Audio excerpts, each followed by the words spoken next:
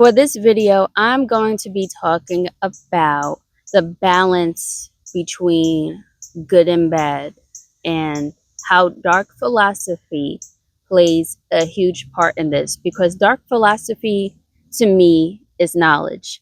It doesn't necessarily mean evil. When people hear the word dark, they just automatically think of like Satanism and stuff like that, and that's not necessarily the case. um Dark philosophy, that side of the plane, reveals a lot when you open up to it and get knowledge from it. And usually in these videos on this channel, I'm always outside at the park at night.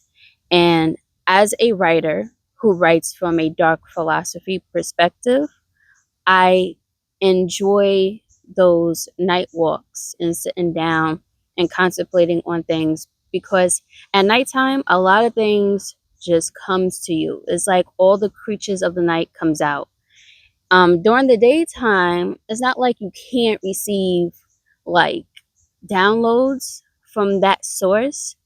You can receive stuff like that during the daytime, but it just hits different at night. It is what it is. Like, water is wet and grass is green. It just it is what it is.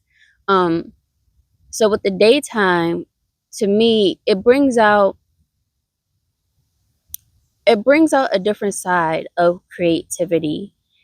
But you see everything that is going on. And at nighttime, that's when all that clarity stuff hits. It comes in. But in order to receive a, would I say a full perspective of dark philosophy? I don't know. But in order to be well-rounded in dark philosophy, because dark philosophy is very well-rounded, because it knows everything. In order to know everything, you gotta see things from all angles. So not just of the night, but of the day as well. And the daytime is what brings in a lot of that dark philosophy. You see everything that goes on if you are somebody that observes. You see how people move. You see how dynamics are played. I'm just now getting into the show Game of Thrones.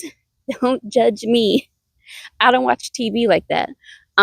But the first episode that I watched last night, I was just like, I was blown away by seeing already how dynamics are played and how the game is being played and how people have to like think like the game of chess mentally wise to like get ahead of the person that's trying to one up them.